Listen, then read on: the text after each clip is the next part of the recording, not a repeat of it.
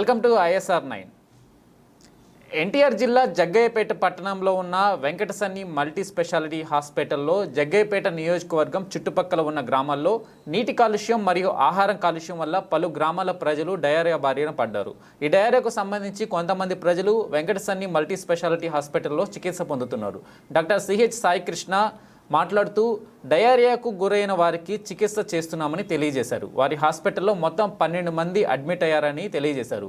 10 మంది వరకు డిశ్చార్జ్ అయ్యారు. ఇంకా ఉన్న 2 పేషెంట్లు కూడా రేపు డిశ్చార్జ్ అవుతారని తెలియజేశారు. ఈ సందర్భంగా తాగే నీరును వేడి చేసుకొని గోరువెచ్చగా తాకాలని, ఆహారం వేడిగా తినాలని, ఇంటి పరిసర ప్రాంతాల్లో శుభ్రతను పెంచుకోవాలని తెలియజేస్తూ వాంతులు కానీ, విరేచనాలు కానీ, జ్వరం కానీ అనిపించినట్లయితే వెంటనే దగ్గరలో ఉన్న డాక్టర్ని సంప్రదించాలని ప్రజలందరికీ ISR 9 న్యూస్ ద్వారా తెలియజేశారు. 9 న్యూస్ ఎన్టీఆర్ జిల్లా జగ్గయ్యపేట పట్టణంలోని ఈరోజు వెంకటసన్ని మల్టీ స్పెషాలిటీ హాస్పిటల్లో ఉన్నాం. మనం హాస్పిటల్లోని మన ముందు సాయి కృష్ణ గారు ఉన్నారు.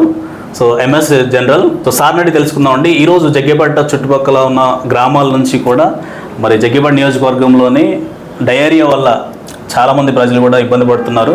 ఈ కేసెస్ ఎందుకు వచ్చాయి, ఎలా ఉంది, ట్రీట్మెంట్ ఏంటి అని చెప్పేసి అడిగి తెలుసుకుందాం. సార్ మన ముందు ఉన్నారు.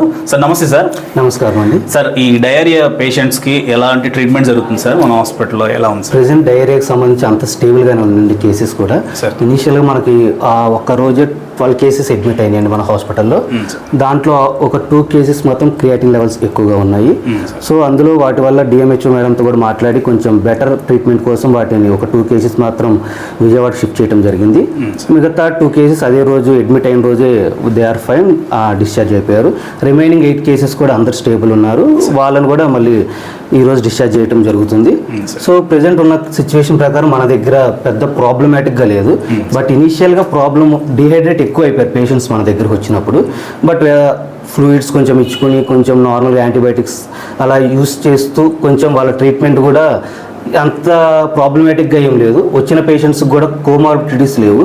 సో అంత ట్రీట్మెంట్ వైజ్ అయితే మన హాస్పిటల్లో అయితే ఎటువంటి ఇబ్బంది లేదండి. సార్ కాజ్ ఏంటి సార్ డయేరియా రావడానికి? డయేరియా నార్మల్గా జనరల్గా మనం చూసేది ఏంటంటే వాటర్ పొల్యూటెడ్ ఏమైనా, ఫుడ్ పాయిజనింగ్ ఏమైనా, ఇలాంటి కేసెస్ వల్ల మాత్రమే డయేరియా ఎక్కువగా వస్తూ ఉంటుంది. మేబీ సీజనల్ చేంజెస్ కూడా, ఇలా వర్షం రావటం, దీనివల్ల ఏమన్నా కొన్ని వాటర్ ఏదన్నా దానివల్ల కెమికల్స్ వల్ల కూడా అట్లా వచ్చే ఛాన్సెస్ ఉంటాయి. ప్రజెంట్ ఇప్పుడు ఈ కేసెస్ ఒకటే ఊరి నుంచి కాదండి, డిఫరెంట్ విలేజెస్ అరౌండ్ జగ్గయ్యపేట నుంచి వచ్చినాయి మనకి.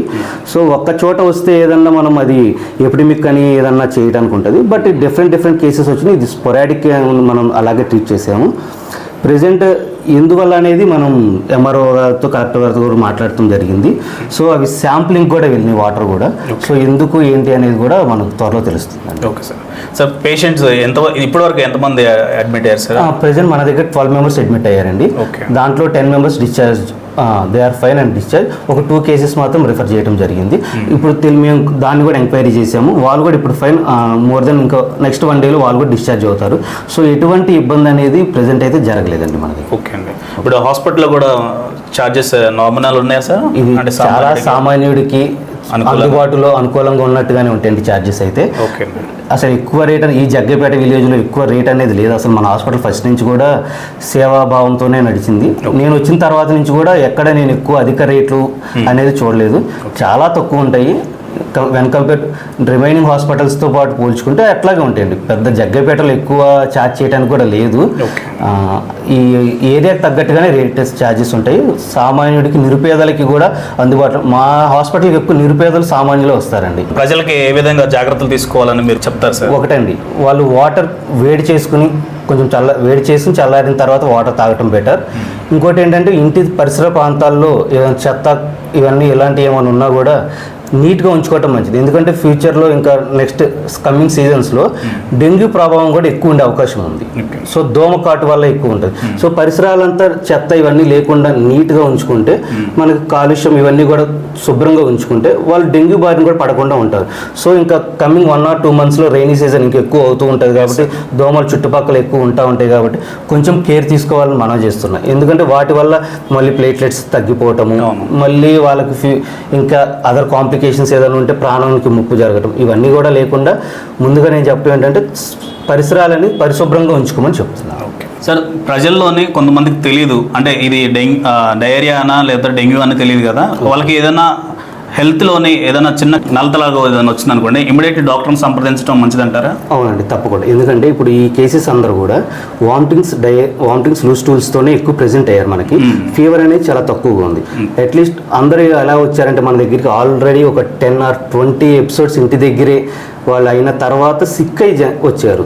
అది ఇమీడియట్గా ఒక 3 ఎపిసోడ్స్, ఒక 4 ఎపిసోడ్స్ 3 times 4 times అవ్వగానే ఇమీడియట్గా వచ్చుంటే అసలు ఎవరికి కూడా అసలు కొంచెం వీక్నెస్ కూడా వచ్చి ఉండేది కాదు. ట్రీట్మెంట్ చాలా తొందరగా అందుబాటులో ఉండేది కాబట్టి ప్రాబ్లం అయ్యేది కాదు. వీళ్ళందరూ డిలే చేయడం వల్ల మాత్రమే కొంచెం ఎక్కువ మనం వీక్నెస్ అనేది కూడా పేషెంట్స్లో చూసాము. నేను ఏం చెప్పదలుచుకున్నానంటే, ఇమీడియట్గా ఏదైనా symptom like vomitings, loose motions, ఇట్లా ఏమైనా ఉన్న ఫీవర్, ఇలాంటి ఏదైనా వచ్చినా ఇమీడియట్గా హాస్పిటల్స్కి, వాళ్ళ సరౌండింగ్స్లో అందుబాటులో ఉన్న హాస్పిటల్స్కి వచ్చి వెంటనే డాక్టర్ని సంప్రదించి దానికి తగిన చర్యలు తీసుకుంటే బెటర్ అని నా feeling.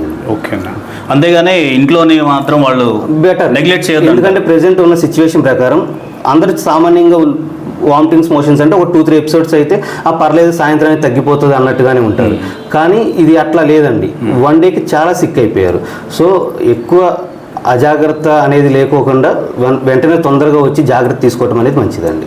Thank you sir. Doctor Saikrishna గారు చెప్పినట్టుగా ప్రజలు అందరూ కూడా అప్రమత్తంగా ఉండాలి. మరి రానున్న రైనింగ్ సీజన్లోనే జాగ్రత్తలు తీసుకోవాలని కూడా వెంకట సన్ని మల్టీ స్పెషాలిటీ డాక్టర్ చెప్తున్నారు మనకి సాయికృష్ణ గారు.